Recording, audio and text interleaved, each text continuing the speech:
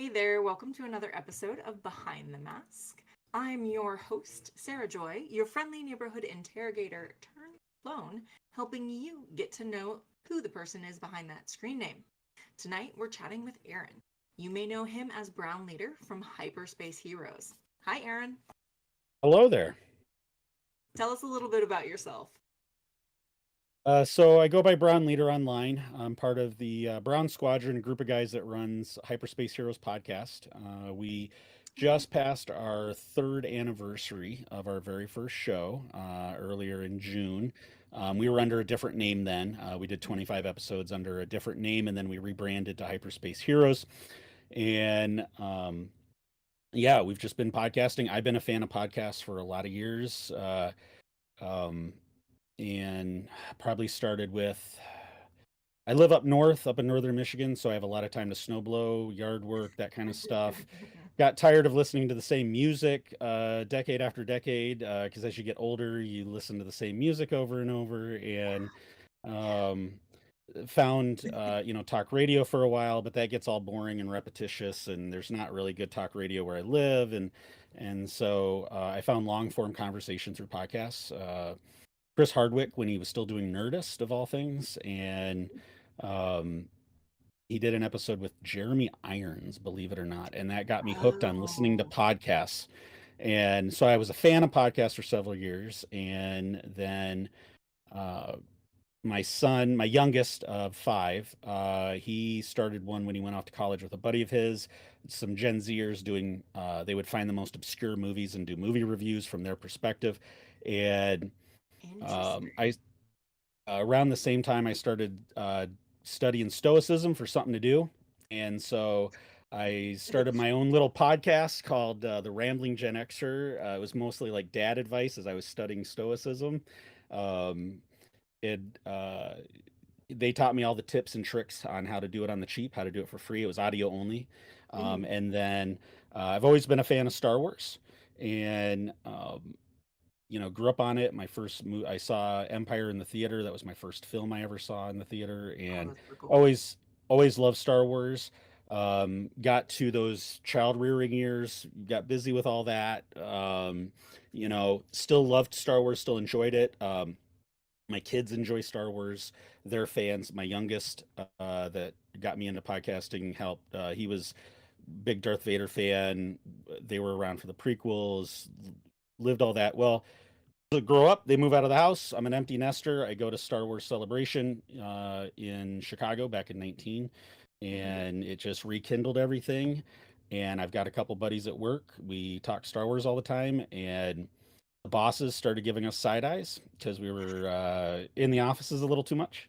And so I was like, guys, I've been dabbling in this podcast thing. Let's try that. And so I taught them how to do it. We started with cheap mics and everything, and just started doing Mm. it for fun. Didn't know if we'd get past a few episodes. Um, Around when we got into the teens and 20s, we're like, we're going to stick around and do this for a while. So then we rebranded as Hyperspace Heroes, and yeah, we just passed our third year anniversary. Congratulations, that's amazing. Thank you. I love it. Yeah. And the blanket behind you, you did tell me a little tidbit about this. Yeah, Do you so want you'd asked me earlier if, like, don't to? worry, people from work aren't going to see this. And well, I've been plugging it on socials, and actually one of our Christmas presents for my staff in the department that I run, they got us all matching blankets with our logo on it, and you can't see it on camera, but down below is our call signs. So mine says Brown Leader, Scruffy says Scruffy, and DB says Droid Bait on his, because we all go by call signs on the show. Oh my God, I So, love that. Like yeah. literally the best employees ever. Mhm. So that also is probably a testament to a good boss. I'm just saying. I try. I try. I've been doing it for a few years, so I've had plenty of practice and plenty of mistakes. I like it. And but you've learned from those mistakes, right? Absolutely, absolutely, you have to, or you don't survive. I've been doing the job for I just passed 29 years with my company, so Oh my gosh, no, congratulations. thank you. So I've been doing something right. Yeah, that's amazing. I love that. And now into podcasts and Hmm. what else? What else makes you tick? Uh, Mostly right now it's the podcasting, the networking, I had to learn all this technology Uh-huh. in my late 40s, teaching an old dog new tricks kind of thing. It's been fun. For me, that's half the journey. Um, my buddies are collectors. I was not a Mhm. collector before I started podcasting. But as you can see, um, Mhm. and what's behind the curtain is even more. But it's really I enjoy the networking. I do all the social media for our show. So I've found communities like this one. Oh, nice. Um, Yeah. with the Discord and everything. I got to find this Discord through Seppi, as I know I'm sure a lot of people know. Mhm. And so for me, it's really about building community, networking, that kind of thing. Outside of that, I do a lot of cooking. And yeah, just keeping up. It's summertime, so a lot of yard work, a lot of Oh, yeah.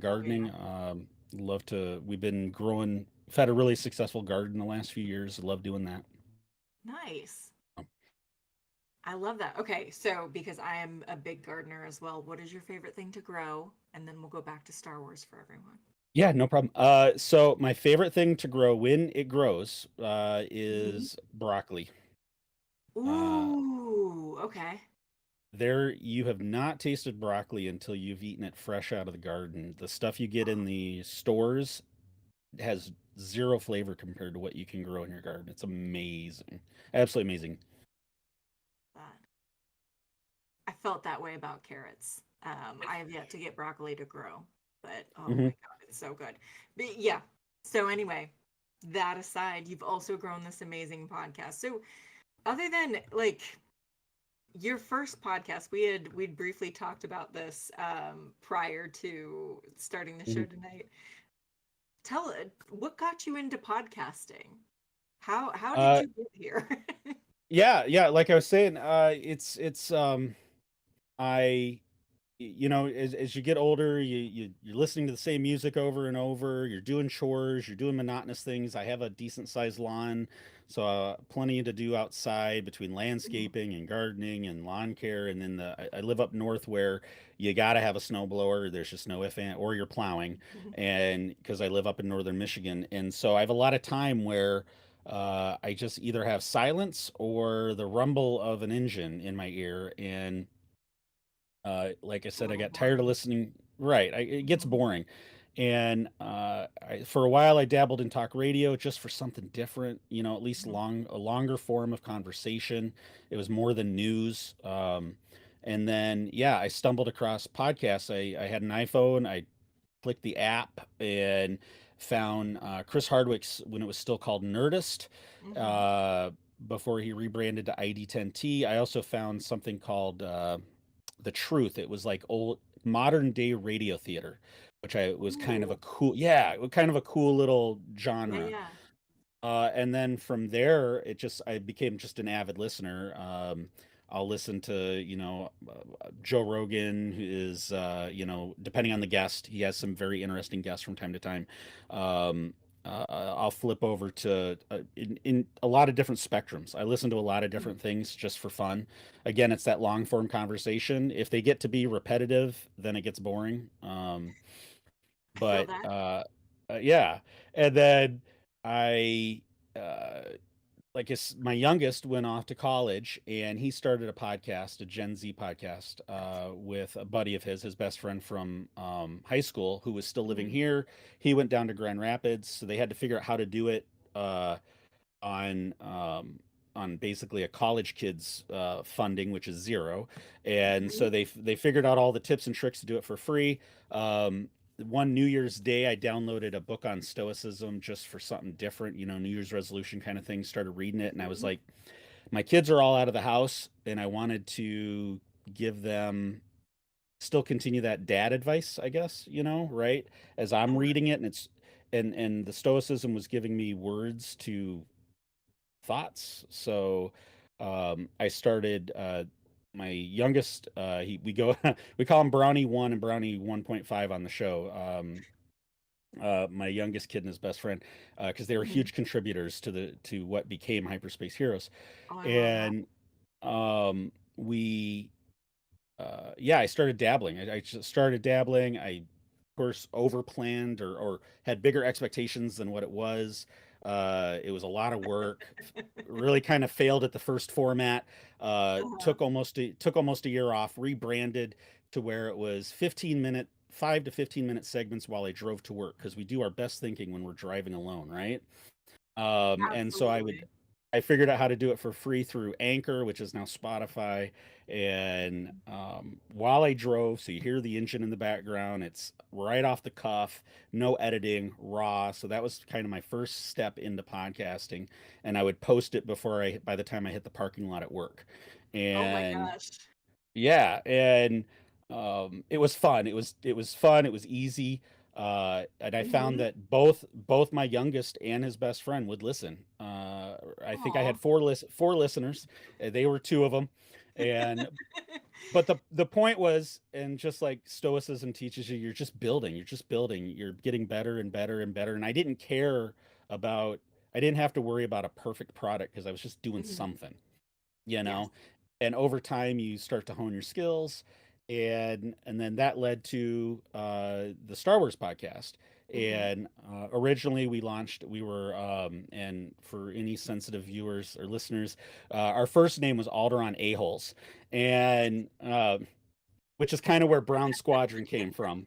um, so our thing, our thing was people can either think we're full of it or we are the, and and Mhm. let the listener decide. um but yeah, we kind of did, once we, like said, we got into the teens, close to 20 episodes. We're like, we're gonna stick around and do this for a while. um a friend of one of my other sons went to school for graphic arts, so she freelanced. I said, "Hey, do a logo for us." She did her job, Oh, as so good. in terms of checking trademark and copyright. And she's Hmm. like, "Hey, Alderaan's trademarked. Usually they don't care about fan casts, but you might want to think about it long term." And I was like, "Yeah, you know what? You're absolutely right. We should think about that."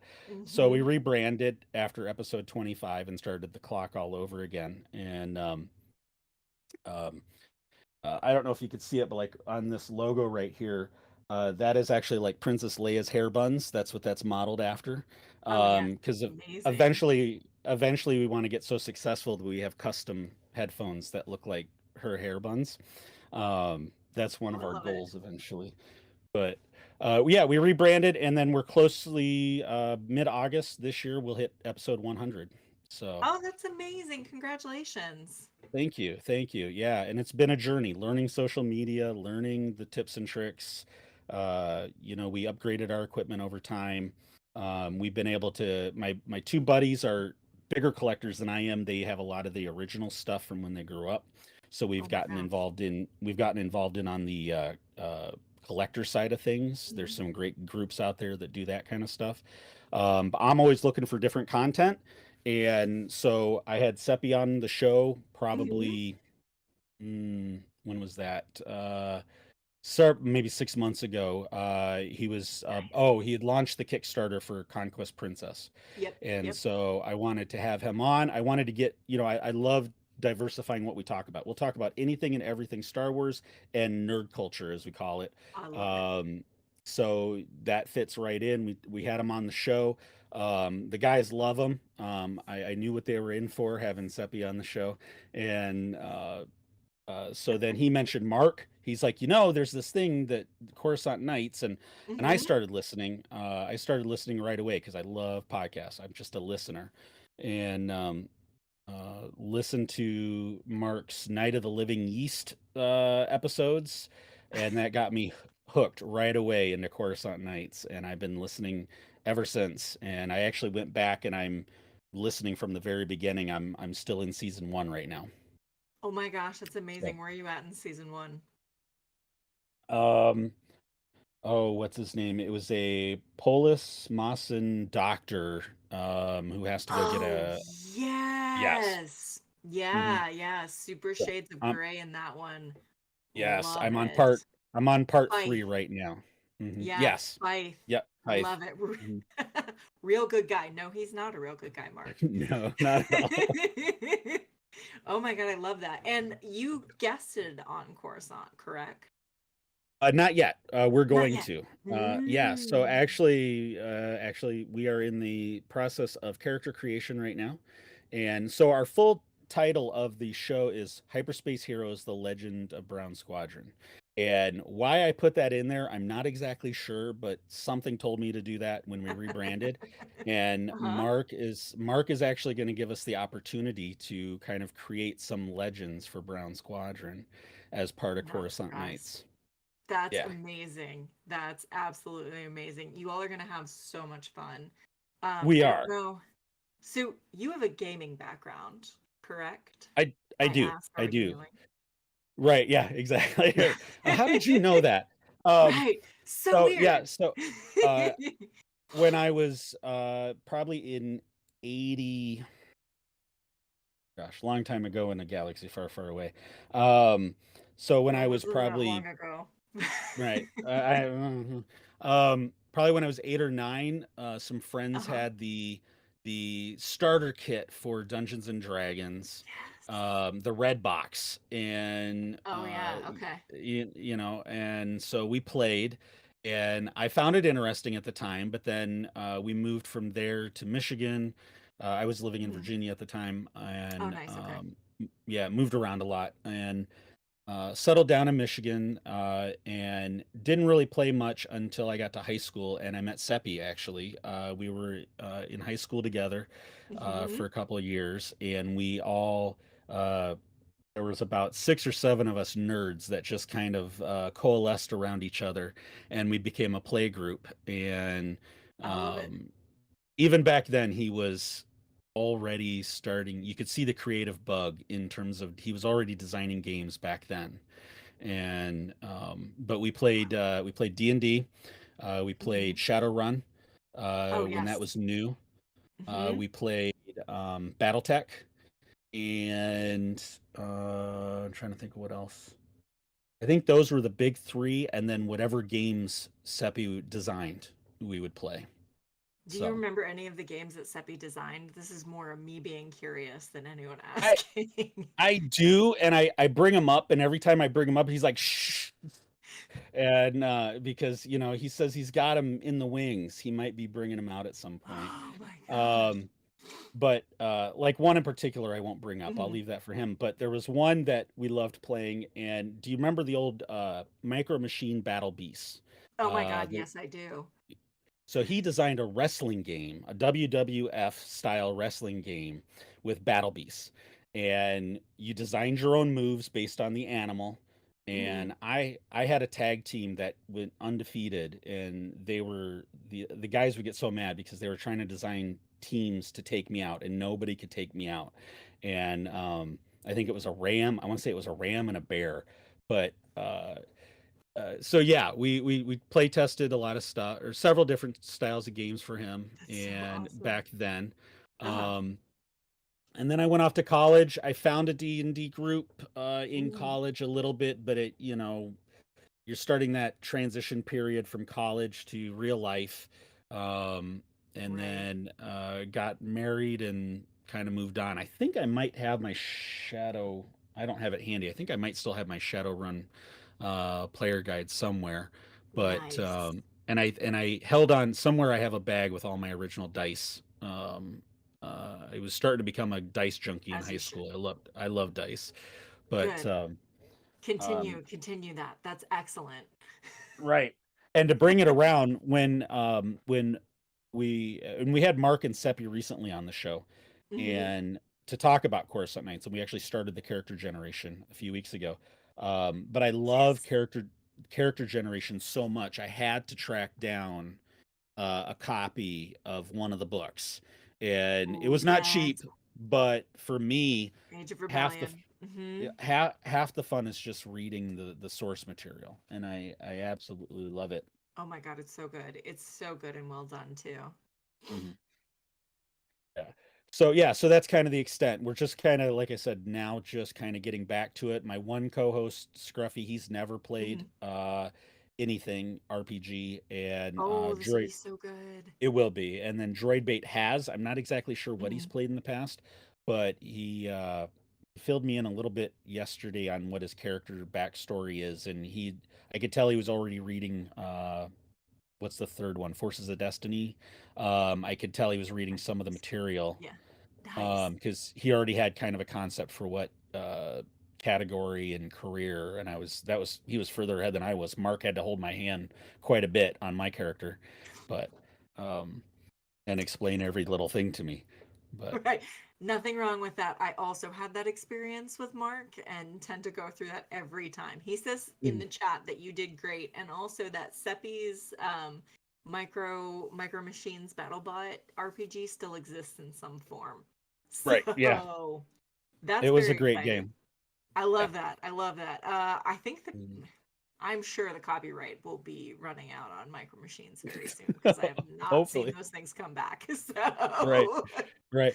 Well, it was really funny. I was just we did a show 2 weeks ago with mhm. a for the month of June. We focused local on Traverse City nerd groups and things, and I love it. we have a local swap meet called uh, Geek Trader Swap Meet, and they're getting into doing quarterly swap meets, and Mhm. we're trying to get involved with them to help support them and help them grow.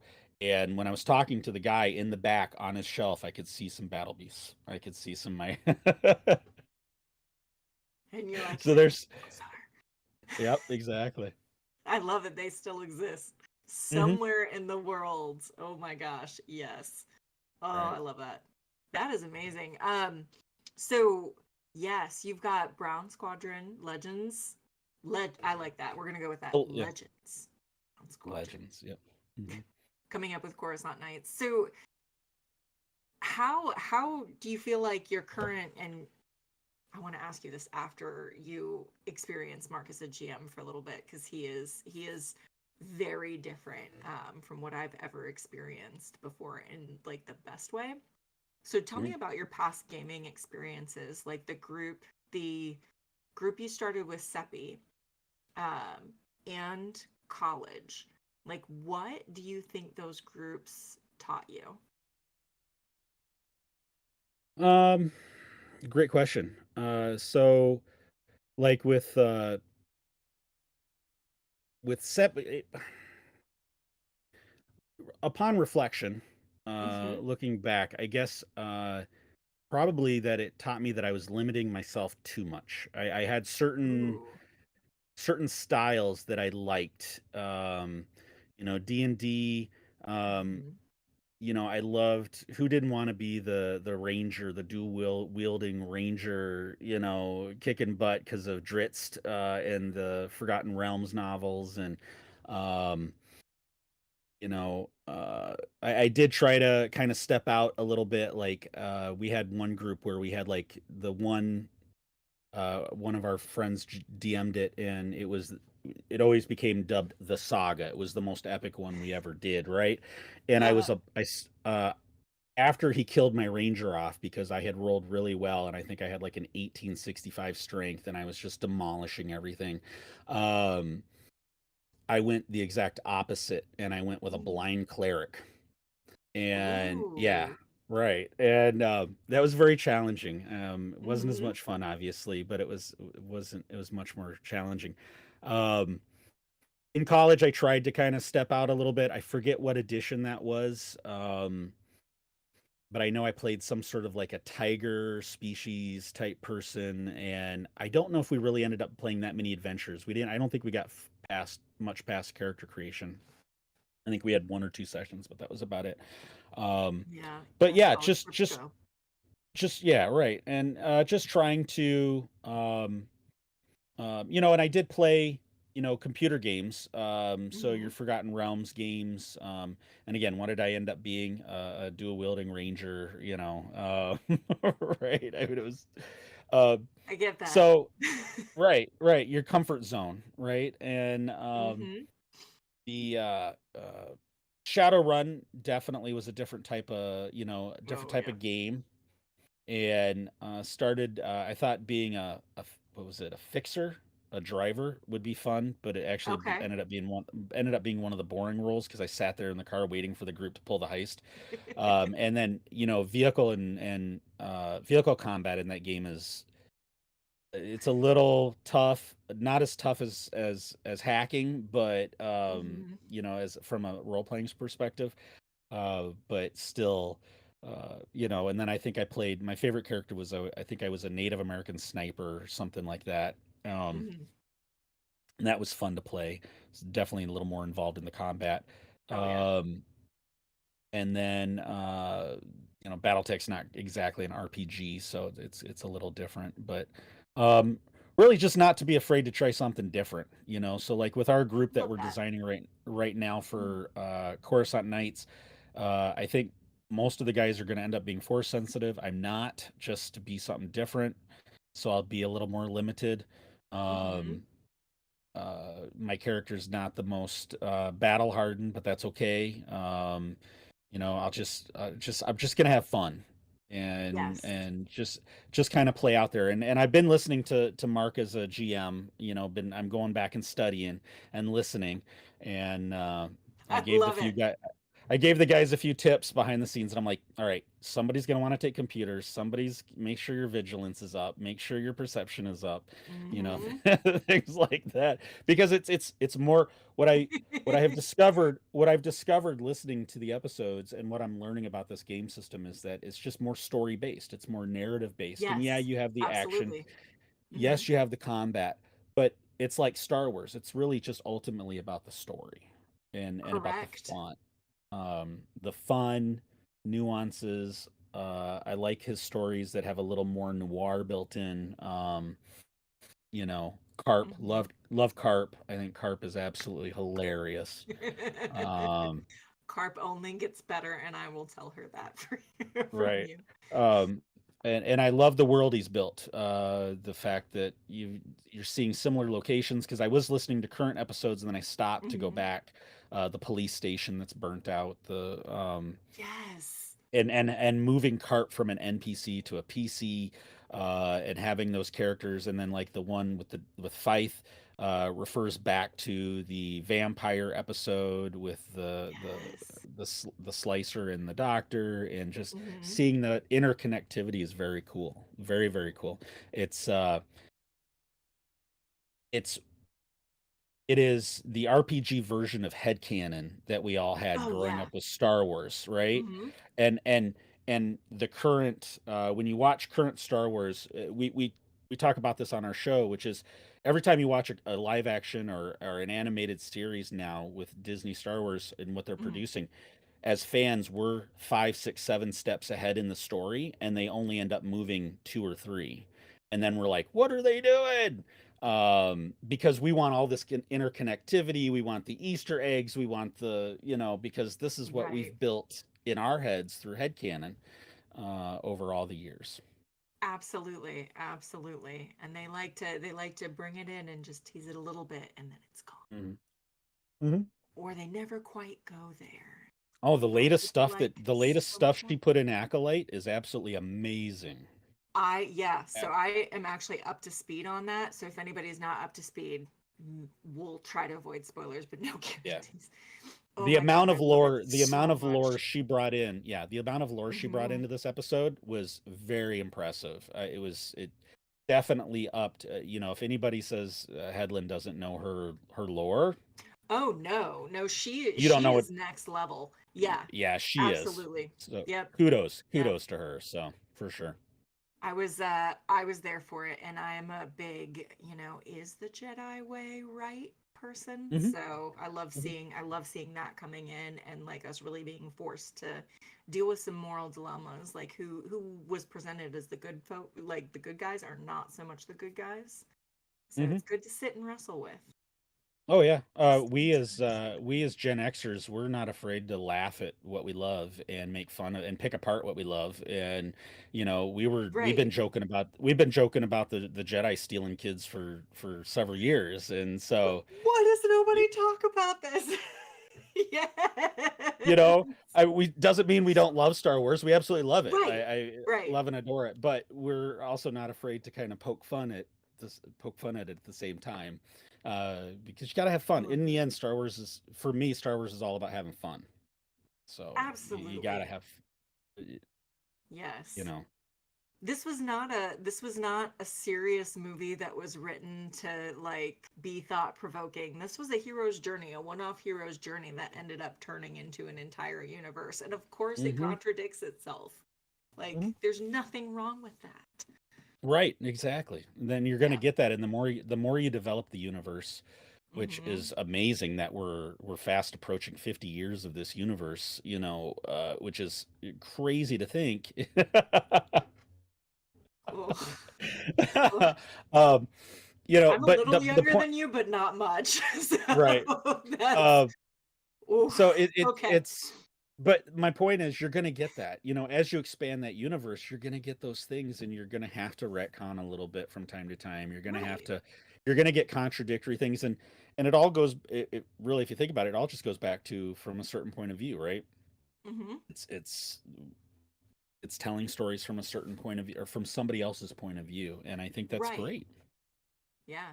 I love One that. person's hero is another person's villain if you pay attention to the real world. Oh my God. Yeah, of course. Of course. And we all have very different perspectives and we all grew up and experienced very, very different things. And Mhm. like learning to bring that into a worldview really is, in my opinion, what shapes and forms people into mature adults.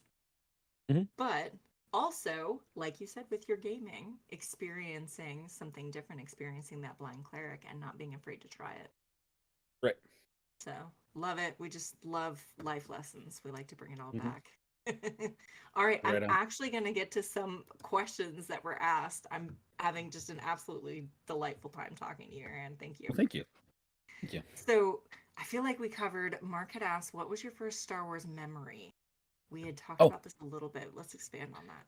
yeah. So my first memory is I was somewhere around 5 going on 6. I don't remember the Mhm. exact day, but walking into a theater, it was already dark, and Empire had already started. So I'm, somewhere around 6 years of age. I walk into a Mhm. theater, and there's Hoth on the screen. And I was hooked from that moment on. And Empire installed a sense of movie magic for me, Oh my and gosh, yes. so Love it. that's another thing that makes Star Wars important is what it's done to cinema. I love the behind the scenes stuff. Mhm. Love the story of ILM, and everything that they've contributed. And look at it, and you see what a behemoth they've become in the industry in terms of Oh how my they've God, yes. revolutionized, Mhm. and how much George pushed to revolutionize filmmaking. And but to see that, and so I love, like, I'm not a big fan of 4K or 8K and that whole weird janky motion thing that it does when it's, I forget, I don't even know what it's called. Um, but I don't want to see every pore on a person's face. Right. I don't want it to be so good I can see the stage makeup or the um I want movie magic. And Mhm. that's what Empire did for me. Is I know film is fantasy. I know it's make believe. I know it's up on the screen, and I want to that's what I'm there for. I want to experience that land of make believe for a little while. That's the reason Yes. I'm watching it. And so Yes. I love movie magic. Everything doesn't have to be crystal clear for me. Um, you know, in terms of that quality. I get why that people like it, but Mhm. you know. Right, and it goes back to like Star Wars, right? Star Wars is fantasy. It is suspension of belief, and it's that kind of glossing over the details that we were just talking about. Like, Mhm. doesn't have to be perfect. We just put Right. our nice gloss on it and enjoy it. Oh, Right. I love If you that. want if you want something more serious and more analytical, there's a whole nother franchise that's very logical that you can go watch. And Yeah, yeah. it's exactly. So, you can love both. You can Yes, love you can. both. We joke about it. We joke about it, and it's even in our intro for the show. Um, but Scruffy is not a big fan of the TV shows. He appreciates the movies, Oh, but of Star we Wars. I was like, uh, Star Trek. Uh, Of Star Trek. He's not a big fan, and so I like it. BB's likes it. Scruffy appreciates the movies. He's just not a fan of the show, and that's okay. So we tease him. We tease him a lot, Great. the our original name of Alderaan A-holes was not because we're rude to other people. We're just those three guys that ham on each other all the time, and so we're a-holes to each other, and so we razz them. We try to make Star Trek references at least several times every episode. Um, I'm here and for this. if you look at the intro structure of our beginning, of Mm, our the narration in our intro, it's done to the same structure as the original series intro. Um, and I did that on purpose, just as a meta joke for Scruffy, and because it's like podcasting, the final audio frontier or something like that, and the logo kind of zooms in, and we just have fun. Again, it's all about just I having love it. fun. It's right, Oh and yeah. yeah, there's I try to keep up on Star Trek. I'm not able to as much as I am on Star Wars, but I do like Strange New Worlds. I Oh, did appreciate. Strange New Worlds is amazing. I am a Mhm. huge Star Trek fan. I was a bigger Star Trek fan as a kid than I was a Star Wars fan. I ended up Mhm. in the gap where I wasn't old enough to watch the movies in the theaters, so I didn't get anything until I was graduating high school. So Right, like right in that gap, you didn't have a whole lot, but you had Star Wars or you had Star Trek, and Star Star Trek. Trek came Right, back. Like, right. yeah. Yeah. Well, we call it the dark times, right, in Star Wars, where we had that gap. We had that gap of nothing, and Star Trek filled that gap for us. And Next It did. Generation, I like Hmm. I you get into those later seasons of Next Generation, and it's Oh, just great, it's great so storytelling. good. Yes, Mhm. absolutely excellent. And then you hit Deep Space Nine, which is where I'm at in my watch through right now, and you're like, this is quintessential TV. So I'm sorry for Right on. Scruffy that he obviously has no taste, but you know, whatever. Oh, I'm gonna find this. I'm gonna download. I'm gonna grab the YouTube clip of that and Perfect. definitely play Done. that for him. So I'm here for that. I'm here for that. Live long and prosper, Scruffy. That's for you. rock on. Oh my goodness. All right, all right. So you've had a lot of amazing guests on Hyperspace Heroes. One is Hera, who I personally just love to pieces. Who would be your dream guest other than Hera? Oh, great question. Well, obviously, I think, in terms of Star Wars, getting all the way up to the top would be something. I mean, either George or Marcia would be an absolute phenomenal catch. But Mhm. for me, I've really been trying to focus on um, the background. I've been trying to so we had Chris Bartlett on, who Mhm. is he was Zero. He was the performance artist for Zero. And he's played like over 20 different droids, aliens in all of the live action stuff. Oh my And god, that's amazing. he's the official C3PO at red carpet events and things for Mhm. Lucasfilm, and he has an amazing story, and he's such a fan, and those are the people that, for me, he was a bucket list item for me because I just love his performance. I would love to have Misty on. I would love to have Lateef Crowder and Brandon Wayne and the people behind the masks, so to speak. Haha. The people that bring that make it from a two-dimensional scene to a three-dimensional universe Yes. Yep. is how I like it. And authors, I would love to have Zahn would be he doesn't do really much anymore in terms of Mhm. other than conventions. Him or Stackpole would be amazing. Um, we did get to talk to Brian Young, who is in the BattleTech universe, kind of the Mhm. heir apparent to Stackpole. Wonderful guy. Um, and then, but yeah, I mean, for me, it's really, I've been trying to kind of sweet talk some people from Lucasfilm. They're a little tougher. They have, well, It's a not tight they knit group themselves, over but, there. Yeah. well, I'm finding Lucasfilm has they have criteria before they let any of their people go out and talk. And I Mhm. completely understand. I get it. I Okay. totally, Yeah.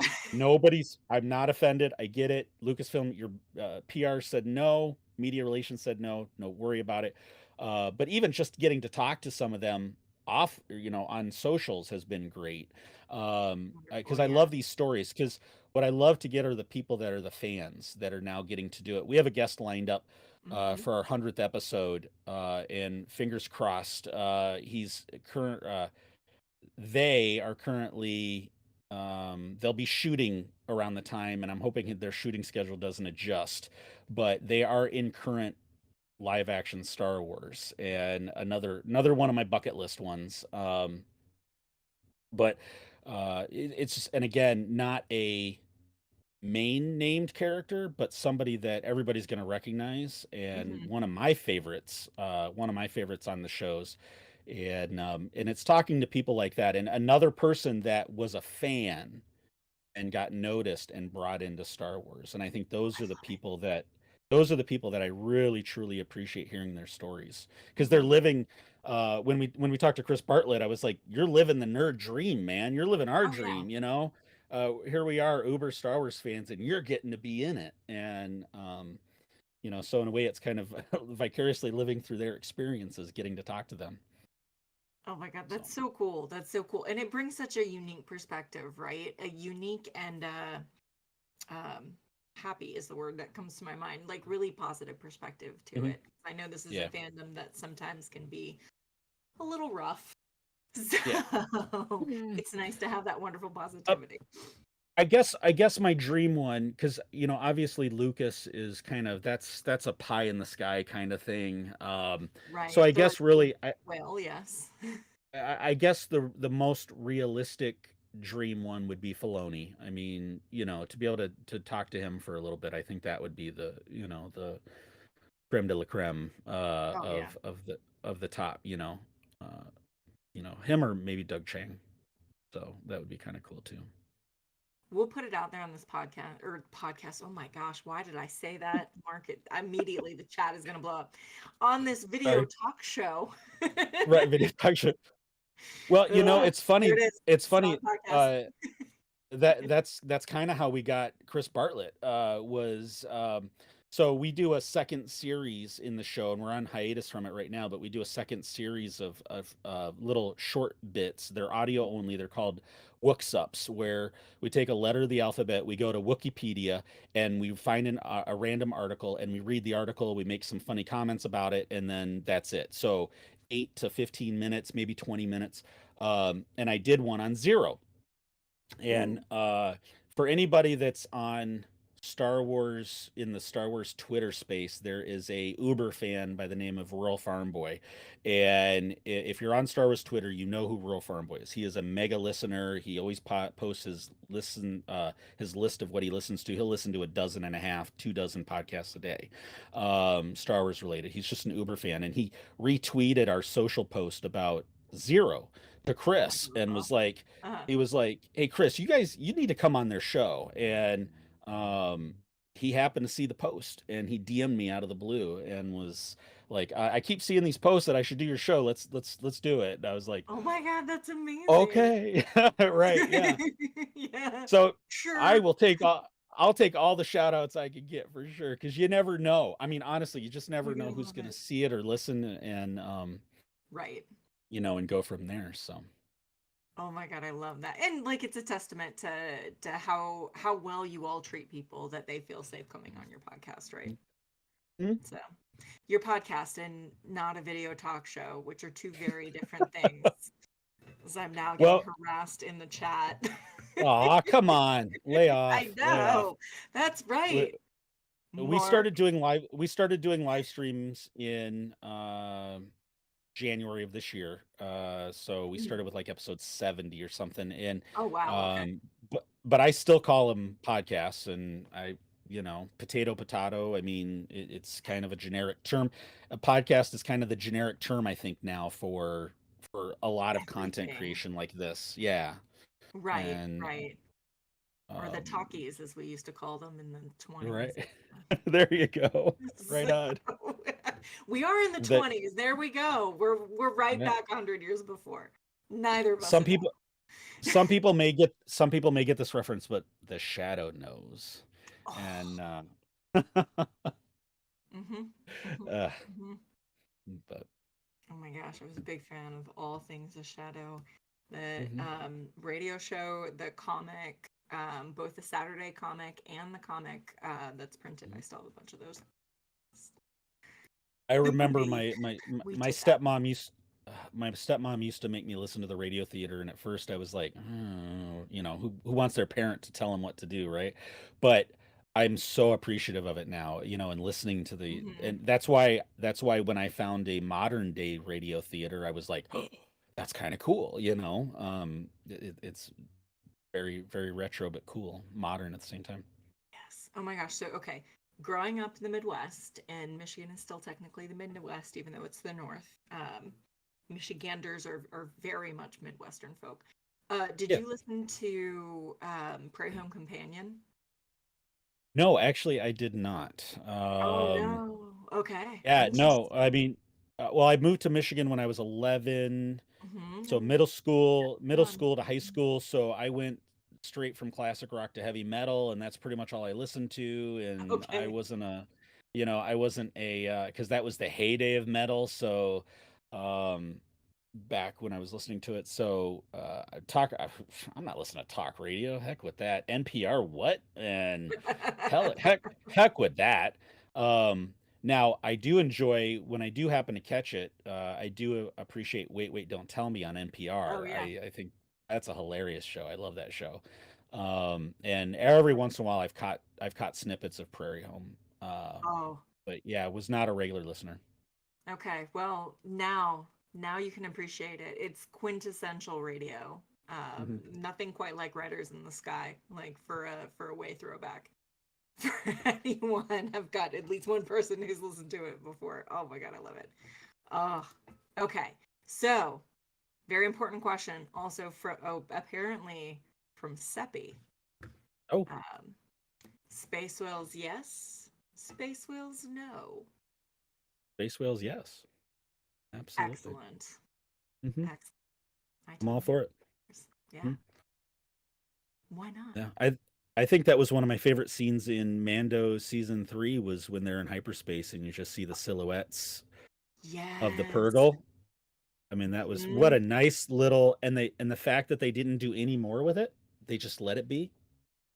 That's what I love in storytelling is when they just throw little things like that in there. Because now, of course, the speculation is, well, was that Ahsoka? Was that what was going on in Ahsoka? Was that Ahsoka passing them? And again, it goes right back to the whole head canon. I love head canon. I love Mhm. theorizing. It's the fun. It's the enjoyment is, and I don't care if I'm probably right 2% of the time, but I don't care. That's half the fun. Oh, yes. Okay. I love theorizing. This is my favorite. Okay. What is your favorite headcanon theory currently? Hmm. Um. Uh. Let's go. We'll stay away from Acolyte because that's still too fresh. Spoilers, yeah. Um. Yeah. But let's zip over to Ahsoka, Yeah. in the Filoni verse, the Mandoverse, and um, I'd like to say that uh, I think obviously Balin was going after the Mortis gods. Um, Mm-hmm. and I think that Abeloth is going to come in at some point uh, to play. And what I'm not sure about is what role Balin's playing, if he's seeking this out on his own or he's actually subconsciously being uh, pulled without him realizing um, that he's being pulled. So Like, yeah. I like it. I And like it. I I have a real outrageous one that Okay, do is it. Yeah. liable to. Okay, all right, liable to get hackles up. But one of my favorite theories is Uh-huh. that Rey is not just a Palpatine, but she's also an Amidala because she also fell in love with a psychopathic mass murderer, uh, sociopath. So that's my fun one. I love to troll with every once in a while, just to stir people up. Oh my gosh. I could see that. I could see that. I don't disagree. I'm gonna be like, Star Wars, I feel like all of the Jedi need cognitive behavioral therapy to realize that you can feel things and still be okay. And maybe we need to talk about these really unhealthy Hmm. relationships that we're promoting. Right. Oh my gosh. Oh, apparently we've got some you did get someone up in the chat, and apparently she's a Kenobi. So I would like some explanation on that. I do remember some theories on that going around at the time about her before they Ooh. revealed that she was a Palpatine. I remember, Yeah, yeah. and so I cancel out the Palpatine. That's one of my headcanon things is I ignore the Palpatine and I'm with Ryan Johnson on this She's No One. Like literally yeah, just like arose out of nowhere from the Force. Like she could be anyone and the Force was like, "You child, you're awesome." yeah, So, no, I like that. That was yeah, I was totally behind that mhm. when they said that. I was like, you know what, I'm good with that because like you just for all the same reasons you just said, absolutely, it Right. can be anybody. You don't have to Exactly. be from a aristocracy or a lineage or it's about anybody being able to it's goes back to the quote unquote American dream that anybody can raise Mhm. themselves up, Right. and be successful kind of thing. Yeah. Right.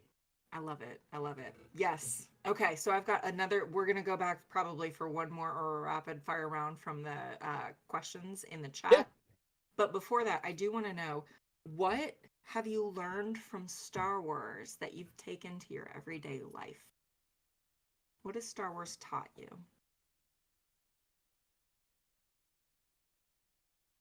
so much? To appreciate the good when it happens, um, would be one. You know, life is ups, downs, in between.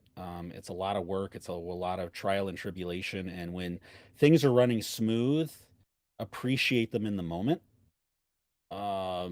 Because it's going to come to an end and you're going to be back up to your elbows in work again or slogging through whatever drama or pain or life events, whatever, would be one of them. And then the other would just be that uh, there are just everybody's got a point of view and not everybody's point of view is going to be the same thing. Mm-hmm. It's kind of like what we touched on earlier, which was somebody's hero is somebody else's villain, and it's a matter of perspective. um Right. so mhm. I love that. That's awesome. All right, friends, your reading Rainbow moment is over. Or what was it? Was it NBC The More You Know? I can't even remember. More, yeah, I think that was yeah, I NBC. think it was NBC. Yep. Yeah. Hmm. Hmm. That was our The More You Know moment. Da, da, All da. right. Yep. Right. Okay. Ooh. Historically speaking, which are you more likely to cheat on? D&D, Shadowrun, or Battletech? Also a Hmm. Seppi question.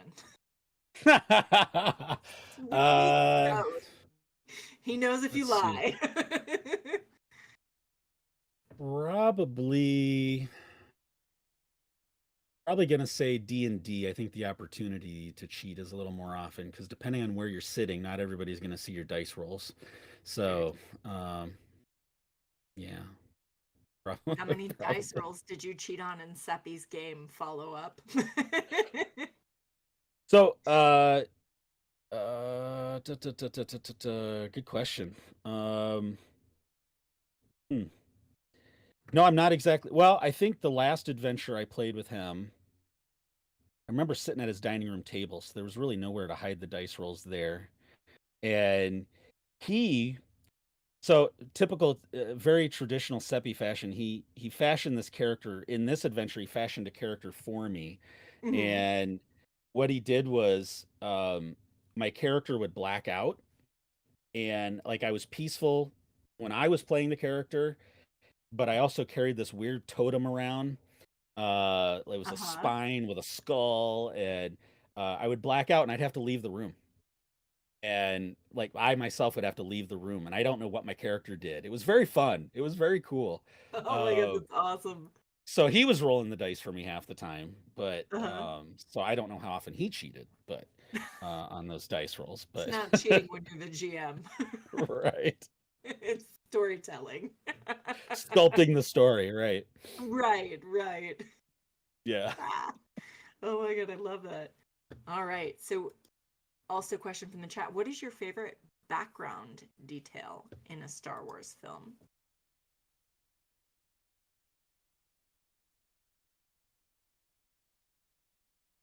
Um, just the random characters, like I said, like I got focused on Chris Bartlett as a background character and Mhm. watching to see if they do anything in the background, if the showrunners sometimes work in certain little extra details that the main characters aren't doing, but maybe the background characters are doing.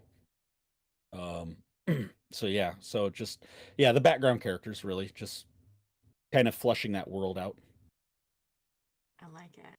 I like it. All right. So, very heavy question. What is the best tasting shape of pasta? Ooh. Yeah, Hmm. most challenging question of the Hmm. night. Hmm.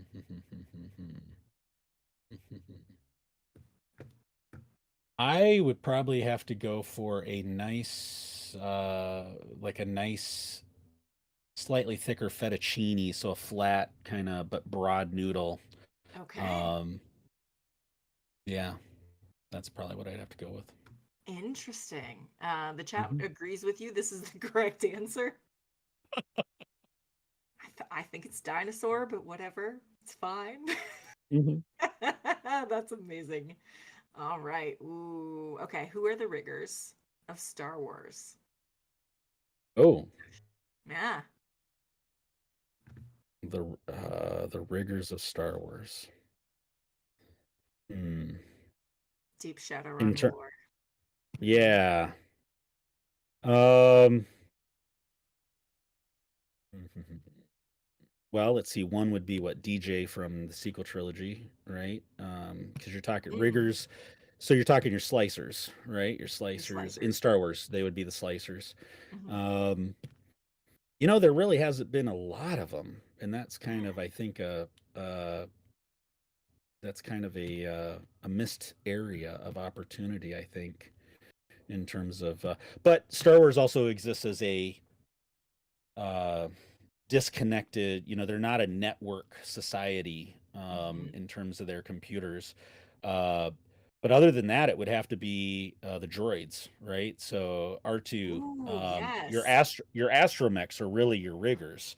Hmm. Um, so R2, my boy, R5, that's my favorite droid right now. Um, and then oh, they did kind of bring in the first cyborg rigger with Echo from Bad Batch. Oh yeah, yeah, yeah. So, hmm um, or Tech 2.0 as we called him, teased him for a little while, but yeah, Tech would be a rigger as well. He was actually Heck be is a kind of the rigger. first. Yep, Yeah, yeah. So, but mostly astromechs. Your astromechs would probably be the primary ones. that makes sense. I like And it. obviously the Empire has got to increase their cybersecurity. I mean, anybody with a jack can just from any terminal anywhere and pull the Death Star plans out of every, they go to the kitchen dishwasher and plug into that and pull all your secret plans out. So they definitely need some cybersecurity. The Empire needs some riggers is what they need. Yeah, um it's a little see that, and I am very concerned physical security wise for the lack of handrails, especially Hmm. on the bridges. Right. Like space is not a bumpy less ride. Hmm. So I'm just, okay. Well, So that cybersecurity, was one of the physical security. Uh-huh. that was one of the best lines in Mando with Oh uh, yes. yes, Horatio Sands' character when they go into the Imperial facility and he's like they make him go out. He's like, "There's no handrails. That's not safe." That's great. Yep. We're all thinking it the whole time. Like, what happens? You just tumble off into the abyss, and so many people just tumbled off into the abyss. They're like, Hmm. no, we've got an entire universe full of people. Yep. They're all expendable. Oh That my was one god. of my most hated, feared levels on the original Battlefront 2 was with the Death Star. Because when you're in Mhm. the like you're in the generator room or whatever, it's just nothing but walkways and no handrails, and that was the hardest level, I think. Just yep. Hmm. Yep. I too have this problem in Lego Star Wars. So Mm, right on. not easy. Not Right. easy. Oh my god, so fun. All right. So if you can leave our wonderful audience, our giant massive million person plus audience with one thought, what would it be? Um, Find something that you're passionate about, even as a if it's just a hobby, and you're all into it. You don't even like we don't make any money doing this by any means. This is kind of a passion project, and be open to new experiences that where it may lead you. We have met so many people. We've become parts of different groups. We go to a we're gonna this will be our third year going to a convention in Nashville that we kind of become a Nice. part of. Um, they promote podcasts down there. They love podcasts. We get free airtime. We get to interview celebrities. But just by talking to people and as much as we're kind of in our own bubbles with technology nowadays, it's also an opportunity to get out there. Like before we started the podcast, I would have never gotten onto Star Wars Twitter. I just wasn't paying attention to it. And that's probably where we have our biggest community right now. Um, and just yeah, find something that you're passionate about and then be open to where it takes you because we've met people, we've done things that I just wouldn't have expected. I couldn't have predicted that we'd done. So, That's amazing. Be open. I love mm. that. All right, Brown Leader, we're going to sign off. Where can we find you on the interwebs? Obviously, Star Wars Twitter, it sounds like. Yeah. So you can find our show on, we broadcast every Thursday night. We do weekly live streams on YouTube, Twitter, and Facebook. So go to our pages on there. For the live streams, you can find our audio versions on all of the main podcatchers. To find all of our links, you can go to beacons.ai/Brown Squadron to find any and every video, audio link to any of the services, and then you can find any of our episodes from there. But we're on the three major socials. We're on Facebook, Twitter, and Instagram. Um, I think we're on TikTok, but I haven't had much success with that. I've been struggling with that. You can find me here on this Discord.